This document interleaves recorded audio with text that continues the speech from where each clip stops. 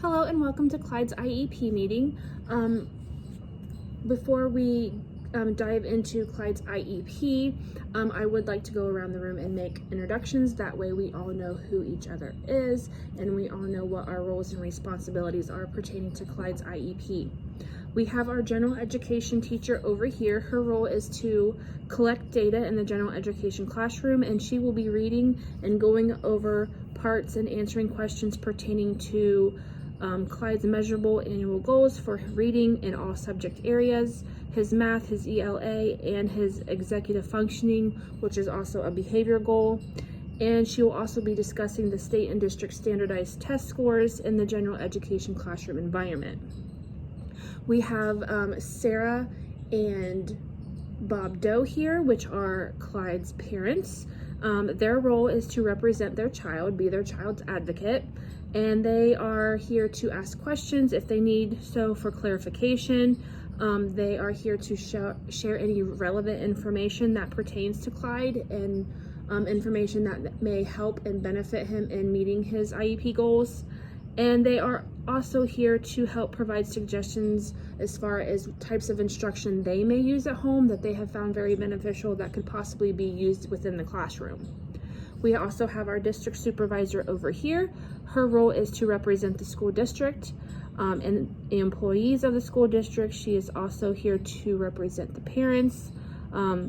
She's here to protect all parties involved. She's here to answer any conflicts, address any conflicts and that may arise during our IEP meeting, and also any conflicts that could possibly arise after the IEP meeting takes place. We have our intervention specialist here, whose role is to also collect data in that special education classroom, and she will be reading and going over the parts and answering questions that pertain to Clyde's measurable annual goals for reading in all subject areas, math, ELA, and his executive functioning or behavior goal. And then we have Clyde's occupational therapist, who is here who collects the data for his OT sessions and will be going over and answering questions pertaining to his OT annual goals and then the objectives for his fine motor skills. She will also address the baseline data, progress, intervention, and the effect that this may have on his general curriculum. So moving forward, we are going to look at the very first page in the IEP, if that could be presented to the parents. That way you guys can go over all the information as far as your address, phone number, emails, Clyde's birthday, things of that nature, just to make sure that they are correct and no changes need to be made at this time. So we'll let you go ahead and look over that, and then we will move on. All's good? Great. Okay, so we are here again, like I said, for Clyde's IEP meeting. This is a review of his IEP to see if any addendums or amendments need to be added to his IEP for the next school year. So now that the parents have went over the first page of information and have stated that everything is correct, we will go ahead and get started. If you look at section 2 where it says future planning, it says Mr. Doe, Clyde's father, would like to see Clyde make more progress in his reading and math. Section 2 where it says special instructional factors, none of these apply to Clyde, so we can skip that portion altogether. The child does not have behaviors that impede his learning or learning of others. He does not have limited English proficiency. He does not have communication needs. He does not need any types of assistive technology, and he does not require specially designed physical education.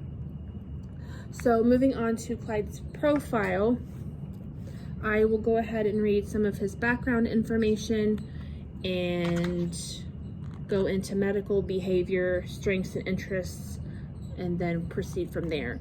So Clyde was referred for evaluation by Head Start, and his educational history began in preschool.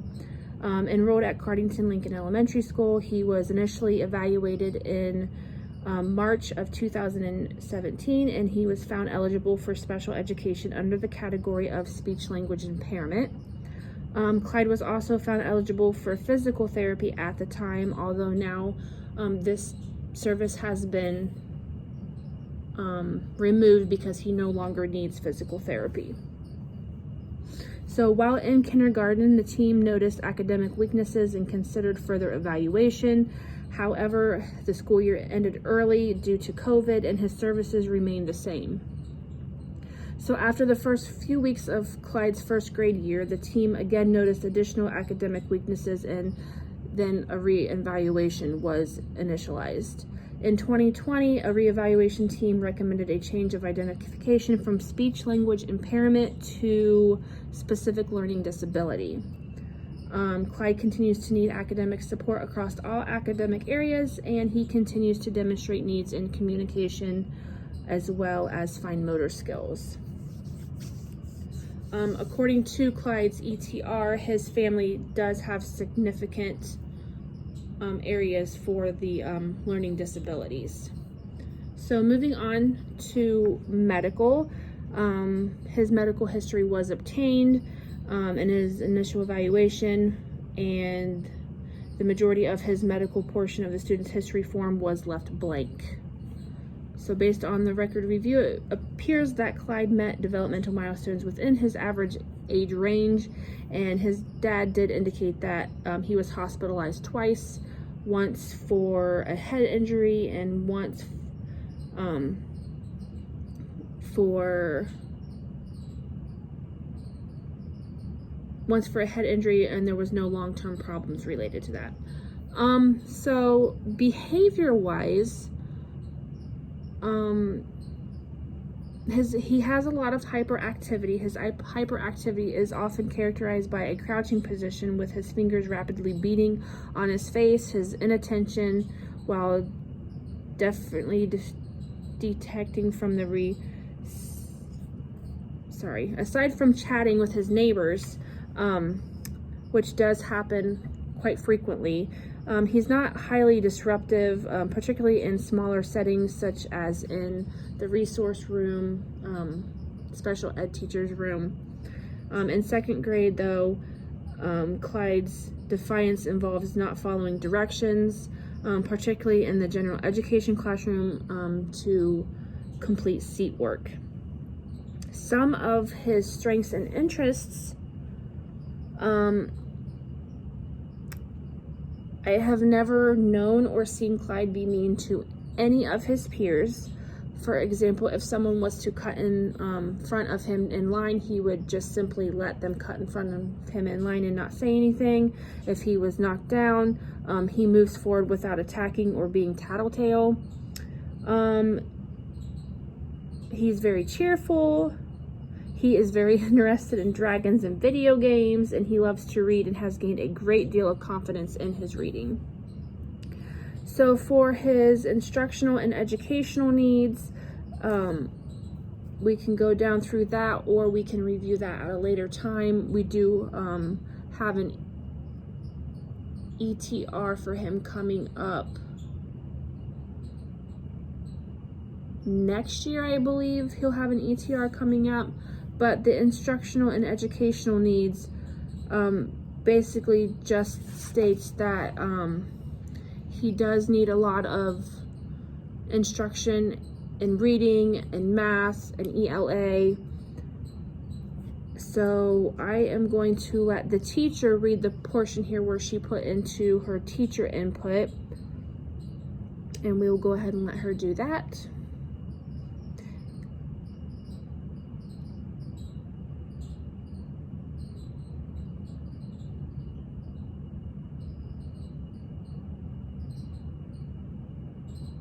Okay, thank you.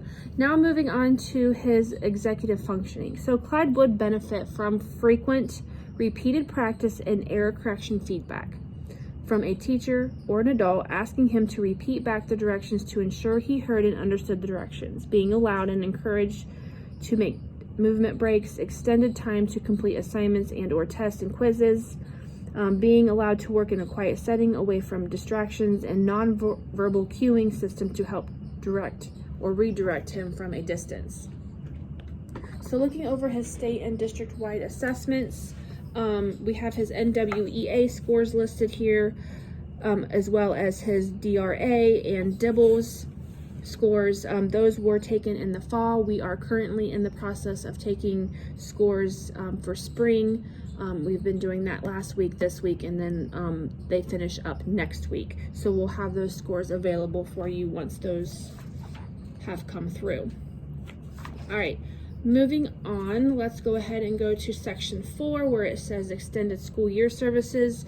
This portion does not apply to Clyde. We do not believe, and his parents have requested that he does not get the extended school year services. So we will honor the parents' request. The post-secondary transition, section 5 does not apply to Clyde because he is not transitioning into college. He is still in elementary school, so that part does not apply. Moving on to section 6, which is his measurable annual goals. We will let the OT go ahead and start with their fine motor. Okay, and then moving on to general and special ed, we'll let the general ed teacher go first for his reading all subject areas, for his math, and for his executive function and ELA goals, and then followed up by the special ed coordinator going over the things that she has witnessed in her classroom and the goals set for him.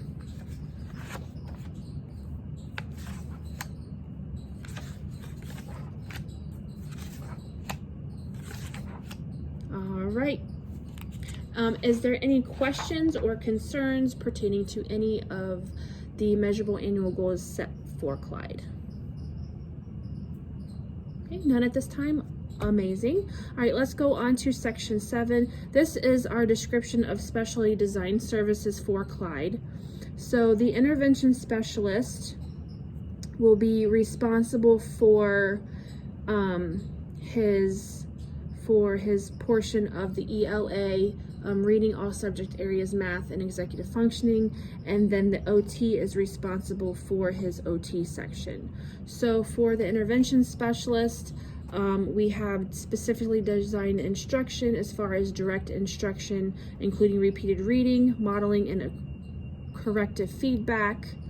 This is for 45 minutes, and this will be daily.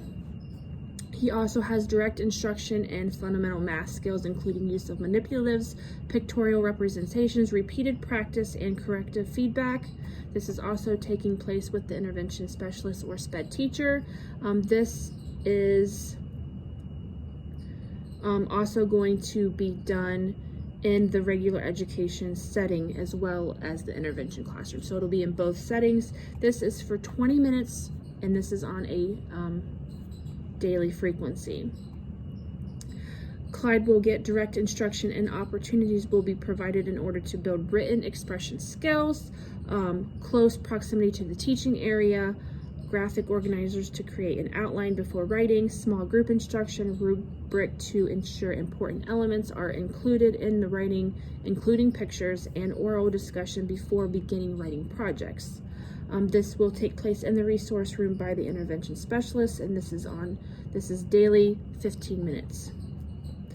Then we have direct instruction in on-task behavior, including use of visual schedule, modeling, self-monitoring strategies to promote a movement break and corrective feedback. This is done in the resource room on a weekly basis, and it is 15 minutes a week. Then the OT has direct instruction through guided cues, adult monitoring, and repetition in small group setting for one-on-one to improve fine motor and visual perceptual skills as they impact him in the school setting. And this is going to be done in the designated therapy space by his OT on a monthly basis, and he gets 80 minutes a month. Okay, moving on to section 8, transportation as a related services. These do not apply to Clyde. Number 9, non-academic and extracurricular activities. Clyde will participate in all non-academic extracurricular activities with his non-disabled peers. Section 10, general factors. Has the IEP considered the strengths of the child? Yes. The concerns of the parents for the education? Yes. The results of the initial or most recent evaluation of the child? Yes. As appropriate, the results of pertaining on state or district-wide assessments? Yes. The academic development and functional needs of the child? Yes. Section 8, the least restrictive environment. Does the child attend the school does the child attend the school they would attend if not disabled? Yes, they do. Does the child receive all special education services with non-disabled peers? No. He receives academic instruction in a resource room setting in order to provide an instructional setting with fewer distractions as well as lower pupil-teacher ratio. He will receive pull-out instruction in the area of OT to maximize progress and avoid distractions to himself and to peers. So if we are all in agreement to this IEP, we can move on to section 12. Okay, everyone is good, great. And so in section 12, it just states the accessibility on district and statewide tests. And then on section 13, we have exemptions, and he will be